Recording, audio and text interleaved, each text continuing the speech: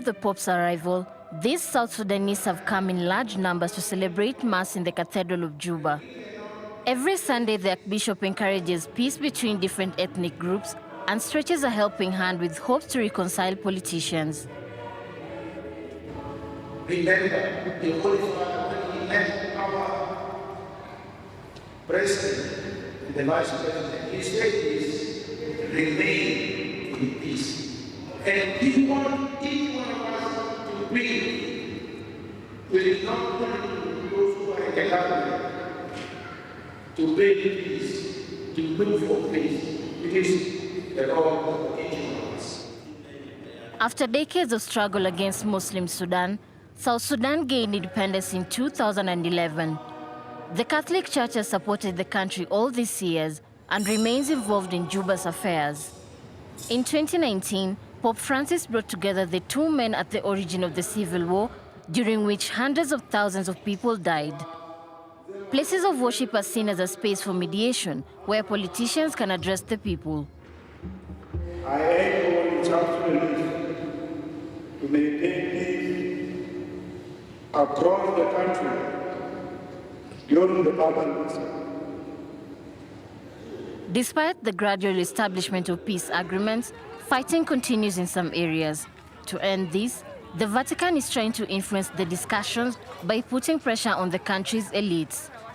Its role in South Sudan is prominent, although only a third of the population is Catholic.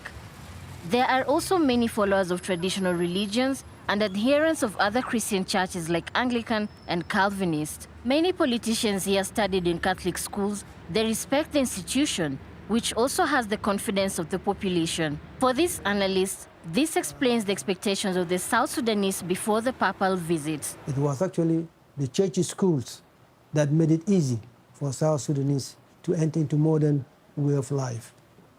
Yeah.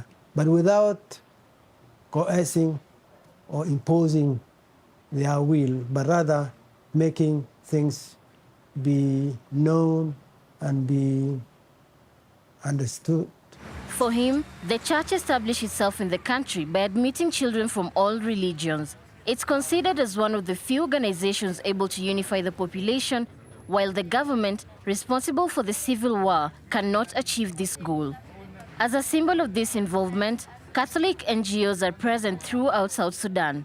The Don Bosco community that settled in Juba in the 80s uses schools to instill its principles. We came from different tribes, different communities, but all of us now, if you come to Don Bosco, you can find us, all of us are together. We don't discriminate each other, we don't discriminate. So I believe when we get out to the community, we can able to change this thing. Due to war and ethnic conflicts, 4 million people still live far from their homes. 2 million are refugees abroad, while others are displaced in their own country.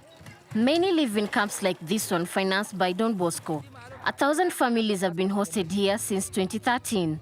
Samson is one of the community leaders. Today, he organizes a meeting with a group of women to talk about their protection. We are almost like 16 tribes who are inside here, and they are living together. Before they start a small conflict, but after that, after awareness, we are giving the awareness every time, and they are now living well and love themselves.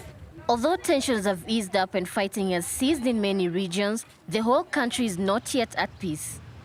Opened in 2018, the Vatican Embassy claims it's still working to bring the population closer together. For the emissary of the Holy See, the visit of the Pope could accentuate the pressure and lead to concrete results. Holy Father in particular, and the Church as such, would hope that his visit can contribute to a stronger commitment to that process, so that the leaders of this country, that is President Salva Kiir and the other vice presidents and other political factions within the country, would really come and sit around the table and come up to a peaceful solution of a conflict that has taken far too long. As a symbol of the Vatican's will to bring peace by all means, representatives of Calvinist and Anglican churches are for the first time accompanying the Pope during his visit. By growing its influence, the Catholic Church is also making a strategic move.